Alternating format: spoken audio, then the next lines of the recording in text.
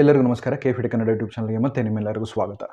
ಇಂದಿನ ಸಂಚಿಕೆಯಲ್ಲಿ ನಾವು ಮಾತಾಡುವಂಥ ವಿಚಾರ ಏನು ಅಂದರೆ too good to be true ಅನ್ನುವಂಥ ಒಂದು ಶೀರ್ಷಿಕೆಯಲ್ಲಿ ಇಂದಿನ ಒಂದು ಸಂಚಿಕೆಯನ್ನು ನಾನು ಮಾತಾಡ್ತಾ ಇದ್ದೇನೆ. ಏನು ಅನ್ನೋದನ್ನು ನಾವು ಸುವಿಸ್ತಾರವಾಗಿ ತಿಳ್ಕೊಳ್ತಾ ಹೋಗೋಣ. ಅದಕ್ಕಿಂತ ಮುಂಚೆ ನಮ್ಮ ಯೂಟ್ಯೂಬ್ ಚಾನಲ್ ಆದಂತಹ ಕೆಫಿಡೆ ಕನ್ನಡ ಯೂಟ್ಯೂಬ್ ಚಾನಲ್ ಮೊದಲ ಬಾರಿಗೆ ನೀವು ನೋಡ್ತಾ ಇದ್ದೀರಾ ಅಂದರೆ ನಮ್ಮ ಯೂಟ್ಯೂಬ್ ಚಾನಲ್ನ ಸಬ್ಸ್ಕ್ರೈಬ್ ಮಾಡಿ, ಈ ವಿಡಿಯೋನ ಲೈಕ್ ಮಾಡಿ, ನಿಮ್ಮ ಅನಿಸಿಕೆ ಅಭಿಪ್ರಾಯಗಳನ್ನು ಕಮೆಂಟ್ಗಳ ಮೂಲಕ ತಿಳಿಸಿ, ಮತ್ತು ಈ ವಿಡಿಯೋನ ನಿಮ್ಮ ಸ್ನೇಹಿತರಿಗೂ ನಿಮ್ಮ ಕುಟುಂಬದವರಿಗೂ ಸಹ ಶೇರ್ ಮಾಡಿ, ಅವ್ರಿಗೂ ನಮ್ಮ ಈ ವಿಡಿಯೋನ ಲೈಕ್ ಮಾಡಲು ಹೇಳಿ, ನಮ್ಮ ಯೂಟ್ಯೂಬ್ ಚಾನಲ್ನ ಸಬ್ಸ್ಕ್ರೈಬ್ ಮಾಡಲು ಹೇಳಿ ಅಂತ ಹೇಳ್ತಾ ಈ ಒಂದು ಇಂದಿನ ಸಂಚಿಕೆಯನ್ನು ನಾನು ಪ್ರಾರಂಭಿಸ್ತಾ ಇದ್ದೇನೆ.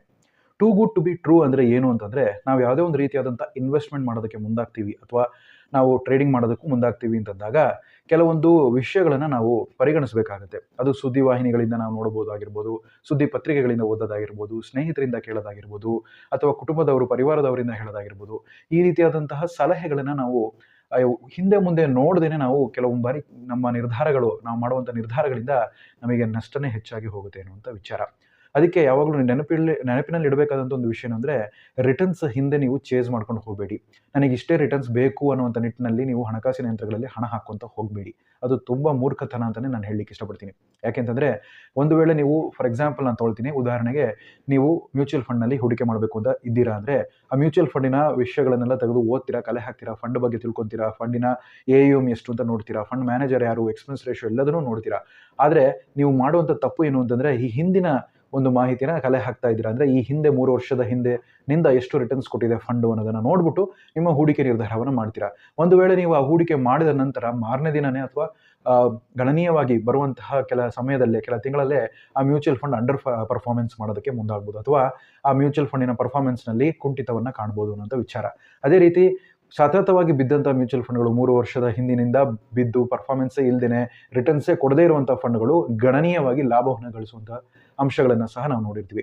ಅದರಿಂದ ಯಾವತ್ತೂ ಅಷ್ಟೇ ನೀವು ಮಾಹಿತಿನ ಸಂಗ್ರಹಿಸಬೇಕಾದ್ರೆ too good to be true ಅನ್ನೋದು ಕಾನ್ಸೆಪ್ಟನ್ನು ಮೈಂಡಲ್ಲಿ ಇಟ್ಕೊಂಡು, ಇದು ನಿಜವಾಗ್ಲೂ ನನಗೆ ಫ್ಯೂಚರಲ್ಲಿ ಒಳ್ಳೆ ರಿಟರ್ನ್ಸ್ ಕೊಡುತ್ತಾ, ಈ ಸಂಸ್ಥೆನ ನಂಬಬಹುದಾ, ಈ ಮ್ಯೂಚುವಲ್ ಫಂಡನ್ನು ನಂಬಬಹುದಾ, ಅಥವಾ ಈ ಕಂಪನಿಯ ಶೇರನ್ನು ನಂಬಬಹುದಾ, ಒಂದು ವೇಳೆ ನೀವು ರಿಟೇಲ್ ಇನ್ವೆಸ್ಟರ್ ಆಗಿ ಶಾರ್ಟ್ ಟರ್ಮಲ್ಲಿ ಇನ್ವೆಸ್ಟ್ ಮಾಡ್ತಾ ಇದ್ದೀರಾ ಅಂದಲ್ಲಿ, ಅಥವಾ ಲಾಂಗ್ ಟರ್ಮಲ್ಲಿ ಈ ಒಂದು ಕಂಪನಿ ಗ್ರೋ ಆಗುತ್ತಾ, ಈ ಕಂಪನಿ ಕೊಡುವಂಥ ರಿಟರ್ನ್ಸ್ ಕನ್ಸಿಸ್ಟೆಂಟ್ ಆಗಿರುತ್ತಾ, ಫ್ಯೂಚರಲ್ಲೂ ಅವರ ಪ್ರಾಡಕ್ಟ್ಸ್ಗಳೇನಿದೆ ಇದೇ ಪ್ರಾಡಕ್ಟ್ ಮೇಲೆ ಅವರು ಕೆಲಸ ಮಾಡ್ತಾ ಹೋಗ್ತಾರಾ, ಆ ಕಂಪನಿಯ ಪ್ರಮೋಟರ್ ಅಥವಾ ಓನರ್ ಯಾರಿರ್ತಾರೋ ಅವರ ಮೇಲೆ ನಂಬಿಕೆ ಹೇಗಿದೆ, ಯಾವ್ದಾರ ಕೋರ್ಟಿನಲ್ಲಿ ಕೇಸ್ ಏನಾರು ನಡೀತಾ ಇದೆಯಾ, ಅವರ ಮೇಲೆ ಆಪಾದನೆಗಳೇನಾರು ಇದೆಯಾ, ಅವರು ಎಥಿಕಲ್ ಆಗಿದ್ದಾರಾ ತಮ್ಮ ಒಂದು ಬಿಸ್ನೆಸ್ಸಲ್ಲಿ, ವ್ಯವಹಾರದಲ್ಲಿ, ಈ ಎಲ್ಲ ಅಂಶಗಳನ್ನು ನೀವು ಪರಿಗಣನೆಗೆ ತೊಗೊಂಡು ಹೂಡಿಕೆ ಮಾಡಬೇಕು.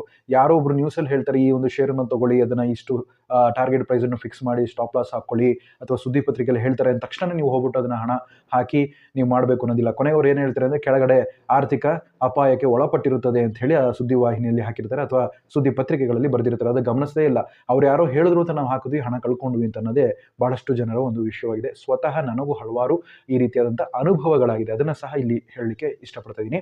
ನಾನು ಅಷ್ಟೇ ಬಹಳಷ್ಟು ರೀತಿಯಾದಂತಹ ಪ್ಲಾಟ್ಫಾರ್ಮ್ಸ್ಗಳಲ್ಲಿ ಹೂಡಿಕೆಯನ್ನು ಮಾಡೋದಕ್ಕೆ ಟ್ರೈ ಮಾಡೋದಕ್ಕೂ ಮುಂಚೆ ಹಲವಾರು ಹಣಕಾಸಿನ ಯಂತ್ರಗಳ ಬಗ್ಗೆ ತಿಳ್ಕೊಬೇಕು ಅಂತ ಹೇಳಿ ಅವಾಗ ನಾನು ಸ್ವಲ್ಪ ಹಣವನ್ನು ಹಾಕೊಂಡು ಅದರ ಒಂದು ಸ್ಟಡಿ ಮಾಡಬೇಕು ಅಂತ ಇದ್ದಾಗಲೂ ಸಹ ಬಹಳಷ್ಟು ಬಾರಿ ನಾನು ಈ ಒಂದು ಹಣಗಳನ್ನು ಕಳ್ಕೊಂಡಿರೋದೇ ಹೆಚ್ಚಾಗಿದೆ ಅಂತ ಹೇಳಲಿಕ್ಕೆ ಇಷ್ಟಪಡ್ತಿದ್ದೀನಿ. ಸೊ ನನ್ನ ಒಂದು ನಿರ್ಧಾರಗಳು, ನಾನು ಮಾಡಿದಂಥ ನಿರ್ಧಾರದಿಂದನೇ ಅದಾಗಿದೆ. ಆ ಒಂದು ಹಣ ಕಳ್ಕೊಳ್ಳೋದಕ್ಕೆ ಜವಾಬ್ದಾರನ ಯಾರು ಅಂದರೆ ನಾನೇ ಅಂತಲೇ ನಾನು ಪರಿಗಣಿಸ್ತಿದ್ದೀನಿ. ಉದಾಹರಣೆಗೆ ಹೇಳೋದಾದ್ರೆ, ಒಂದು ಅಗ್ರಿಕಲ್ಚರಲ್ ಪ್ಲಾಟ್ಫಾರ್ಮ್ ಅಂತ ಹೇಳ್ಬಿಟ್ಟು ಒಬ್ಬರು ವೆಬ್ಸೈಟ್ ಮಾಡಿದ್ರು. ಅದರಲ್ಲಿ ನೀವು ಒಂದಿಷ್ಟು ಹಣವನ್ನು ಹಾಕಿ ನಿಮಗೆ ಕನ್ಸಿಸ್ಟೆಂಟ್ ಆಗಿ ವರ್ಷಕ್ಕೆ ಇಷ್ಟಿಷ್ಟು ರಿಟರ್ನ್ಸ್ ಬರುತ್ತೆ ಅನ್ನೋದನ್ನೆಲ್ಲ ಭ್ರಮೆಯನ್ನು ಕಟ್ಟಿದ್ರು.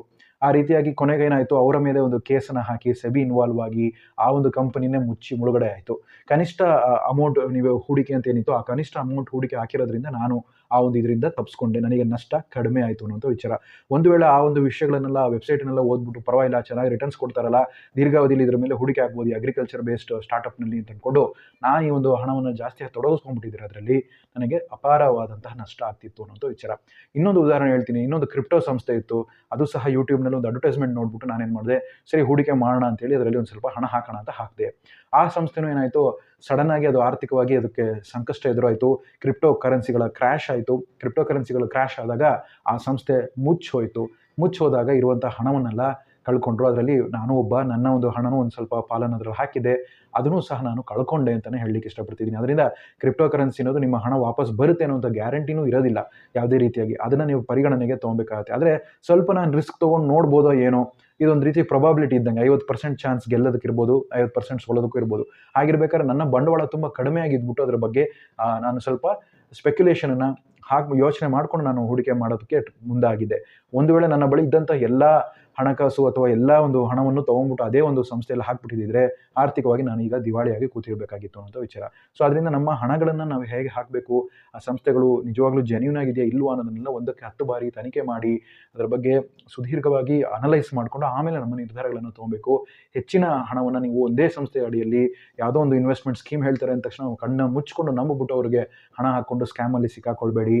ಅದರಿಂದ 1ಕ್ಕೆ 10 ಬಾರಿ ನೀವು ಯೋಚನೆ ಮಾಡಿ, ಇದು ನಿಜವಾಗ್ಲೂ is it too good to be true, ನಿಜವಾಗ್ಲೂ ಇದರಿಂದ ನನಗೆ ರಿಟರ್ನ್ಸ್ ಬರುತ್ತಾ ಇಲ್ವಾ, ಇವ್ರನ್ನ ನಂಬಬಹುದಾ ಇಲ್ವಾ, ಒಂದು ವೇಳೆ ಇವ್ರು ನಮ್ಮನ್ನು ಮೋಸ ಮಾಡ್ತಿದ್ದಾರಾ ಇಲ್ವಾ ಅನ್ನೋದನ್ನು ಸಹ ನಾವು ಪರಿಗಣನೆಗೆ ತಗೋಬೇಕಾಗುತ್ತೆ. ವಾರನ್ ಬಫೆಟು ಸಹ ಇದನ್ನೇ ಹೇಳ್ತಾರೆ. ಸ್ಟಾರ್ಟಿಂಗಲ್ಲಿ ಅವರು ಸಹ ಭಾಳಷ್ಟು ರೀತಿಯಾದಂಥ ಕಂಪನಿಗಳಲ್ಲಿ ಹಾಕಿ ಕೈಯನ್ನು ಸುಟ್ಕೊಂಡಿದ್ದ ಅನುಭವಗಳನ್ನು ಸಹ ಹೇಳ್ತಾರೆ. ಅದರಲ್ಲಿ ಇಲ್ಲ ಅಂತ ಹೇಳೋಕ್ಕಾಗಲ್ಲ ಅವರ ಅನುಭವದ ಮಾತುಗಳಲ್ಲಿ. ಹಾಗೆಯೇ ನಮ್ಮ ಜೀವನದ ಅಷ್ಟೇ ರಿಸ್ಕ್ನ ನಾವು ತೊಗೊಂಡ್ರೆ ಮಾತ್ರ ನಮಗೆ ರಿಟರ್ನ್ ಸಿಗುತ್ತೆ. ಹಾಗಂದ ಮಾತ್ರಕ್ಕೆ ಯಾವುದೇ ಕಂಪನಿನಲ್ಲಿ ನಾನು ಹಣನೇ ಹಾಕೋದಿಲ್ಲ ಅಂತಂದರೆ ಫಿಕ್ಸ್ಡ್ ಆಗಿ ಲೋ ರಿಟರ್ನ್ ಆಗಿರುವಂತಹ ಹಣಕಾಸಿನ ಯಂತ್ರದಲ್ಲೇ ನಾನು ಹಾಕ್ತೀನಿ ಅಂತ ಅನ್ನೋ ಮನಸ್ಥಿತಿ ನಮ್ಮಲ್ಲಿ ಇತ್ತು ಅಂತಂದರೆ ಬೆಲೆ ಏರಿಕೆಗೆ ತಕ್ಕಂತೆ ನನ್ನ ಹಣದ ಮೌಲ್ಯ ಕುಸಿತಕ್ಕೆ ಒಳಗಾಗಿ ನನಗೆ ರಿಟರ್ನ್ಸ್ ಕೂಡ ಸಿಗೋದಿಲ್ಲ ಅನ್ನೋದೇ ನಿದರ್ಶನವಾದಂಥ ಸತ್ಯದ ಸಂಗತಿಯಾಗಿದೆ ಅನ್ನುವಂಥ ವಿಚಾರ. ಈ ಕ್ರಿಪ್ಟೋ ಮತ್ತು ಈಗ ಅಗ್ರಿಕಲ್ಚರ್ ಸ್ಟಾರ್ಟಪ್ ಬಗ್ಗೆ ಹೇಳಿದ್ನಲ್ಲ, ಅದೇ ರೀತಿ ಷೇರುಪೇಟೆಯಲ್ಲೂ ನಾನು ಹಲವಾರು ಪೆನ್ನಿ ಸ್ಟಾಕ್ಸ್ಗಳಲ್ಲಿ ಸ್ವಲ್ಪ ಪ್ರಮಾಣದಲ್ಲಿ ಹಣ ಹಾಕಿ ಕೈ ಸುಟ್ಕೊಂಡಿರುವಂಥ ಒಂದು ವಿಷಯಗಳನ್ನು ಹೇಳ್ತಿದ್ದೀನಿ. ಯಾವತ್ತೂ ನೆನಪಿಡಿ, ಒಂದು ವೇಳೆ ನಿಮ್ಮ ಡಿಮ್ಯಾಟ್ ಖಾತೆಯಲ್ಲಿ ಒಂದು ಶೇರಿನಲ್ಲಿ ನೀವು ಹಣವನ್ನು ತೊಡಗಿಸ್ಕೊಂಡಿದ್ದೀರಾ, ಆ ಷೇರು ನಷ್ಟ ಆಗಿದೆ ಅಂತಂದರೆ ಅದು ಬರೀ ಅನ್ರಿಯಲೈಸ್ಡ್ ಲಾಸ್ ಅಂತ ಹೇಳ್ತಾರೆ. ಅದು ರಿಯಲೈಸ್ಡ್ ಲಾಸ್ ಯಾವಾಗ ಆಗುತ್ತೆ ಅಂದರೆ ನೀವು ಅದನ್ನು ಮಾರಿ ಹಣವನ್ನು ಹೊರಗೆ ತೆಗಿತೀರಲ್ಲ, ಆವಾಗ ಅದು ನಿಜವಾದ ಲಾಸ್, ನಿಜವಾದ ನಷ್ಟ. ಅಲ್ಲಿ ತನಕ ಸ್ಕ್ರೀನಲ್ಲಿ ಆ ಕೆಂಪುಗೆ ಕಾಣ್ತಿರುವಂಥ ನಷ್ಟ ಏನಿದೆ ಅದು ಇನ್ನೂ ಅನ್ರಿಯಲೈಸ್ಡ್ ಆಗಿರುವಂತಹ ನಷ್ಟ ಅನ್ನುವಂಥ ವಿಚಾರ. ಸೊ ಹೆಚ್ಚಿನ ಪ್ರಮಾಣದಲ್ಲಿ ನಾವು ಹಾಕುವಂಥ 10ರಿಂದ 15 ಕಂಪನಿಯಲ್ಲಿ ನಾವು ಡೈವರ್ಸಿಫೈ ಮಾಡಿ ಶೇರ್ಗಳನ್ನು ಹಾಕಿದಾಗ 10ರಿಂದ 15ರಲ್ಲಿ ಸರಿಸುಮಾರಾಗಿ ಒಂದು 15 ಕಂಪನಿಗಳಲ್ಲಿ ಡೈವರ್ಸಿಫೈ ಮಾಡಿದಲ್ಲಿ ಒಂದು 10 ಕಂಪನಿ ನಮಗೆ ಒಳ್ಳೆ ಲಾಭ ಕೊಟ್ಟಿರುತ್ತೆ, 5 ಕಂಪನಿ ನಮಗೆ ನಷ್ಟವನ್ನು ಕೊಟ್ಟಿರುತ್ತೆ. ಅದರ ಆದಂಥ ನಷ್ಟಕ್ಕಿಂತ 10 ಕಂಪನಿಯ ಲಾಭದ ಅಂಶವೇ ನಮಗೆ ಹೆಚ್ಚಾಗಿರುತ್ತೆ. ಅದರಿಂದ ಸ್ಮಾರ್ಟಾಗಿ ನಾವು ಹೂಡಿಕೆ ಮಾಡಬೇಕು ಅಂತಂದಲ್ಲಿ ಕೆಲವು ಬಾರಿ ನಾವು ರಿಸ್ಕನ್ನು ಸ್ವಲ್ಪ ತೊಗೊಬೇಕಾಗುತ್ತೆ ಮತ್ತು ರಿಸ್ಕ್ನ ಸ್ವಲ್ಪ ಡೈವರ್ಸಿಫೈ ಮಾಡೋದ್ರ ಬಗ್ಗೆನೂ ನಾವು ಕಲಿಬೇಕಾಗುತ್ತೆ ಅನ್ನೋದನ್ನು ಮನಗಾಣಬೇಕಾಗುತ್ತೆ. ಸೊ ಈ ಒಂದು ಕ್ರಿಪ್ಟೋದಾಗಿರಲಿ ಅಥವಾ ಶೇರ್ನಲ್ಲಿ ಹೂಡಿಕೆ ಮಾಡೋದಾಗಿರಲಿ, ಪೆನಿ ಸ್ಟಾಕಲ್ಲಿ ಹಾಕಿ ಕಳ್ಕೊಂಡಿರುವಂಥ ವಿಚಾರ ಆಗಿರಲಿ, ಅಗ್ರಿ ಒಂದು ಸ್ಟಾರ್ಟಪ್ನಲ್ಲಿ ಹಣ ಹಾಕೊಂಡು ಕಳ್ಕೊಂಡಿರುವಂಥ ವಿಚಾರ ಆಗಿರಲಿ, ಇನ್ನೊಂದು ಕ್ರಿಪ್ಟೋ ಕರೆನ್ಸಿಯಲ್ಲಿ ಏನಾಯಿತು ಅಂದರೆ ಹ್ಯಾಕ್ ಆಗಿ ಕೂಡ ಅದೀಗ ಕೋರ್ಟ್ನಲ್ಲಿ ಅದು ಕೇಸಸ್ ಎಲ್ಲ ನಡೀತಾ ಇದೆ. ಅದು ಸಹ ಹಣ ಬರುತ್ತೋ ಇಲ್ವೋ ಅನ್ನೋಂಥ ಒಂದು ಪ್ರಶ್ನೆ ಕಾಡ್ತಾ ಇದೆ. ಹೊರದೇಶದಲ್ಲಿ ಒಂದು ಕೋರ್ಟ್ನಲ್ಲಿ ಅದರ ಒಂದು ವಾದ ವಿವಾದಗಳು ನಡೀತಾ ಇದೆ. ಸೊ ಈ ರೀತಿಯಾಗೂ ಸಹ ಹಣವನ್ನು ಕಳ್ಕೊಳ್ಳುವಂಥ ಸಾಧ್ಯತೆಗಳು ಇರುತ್ತೆ.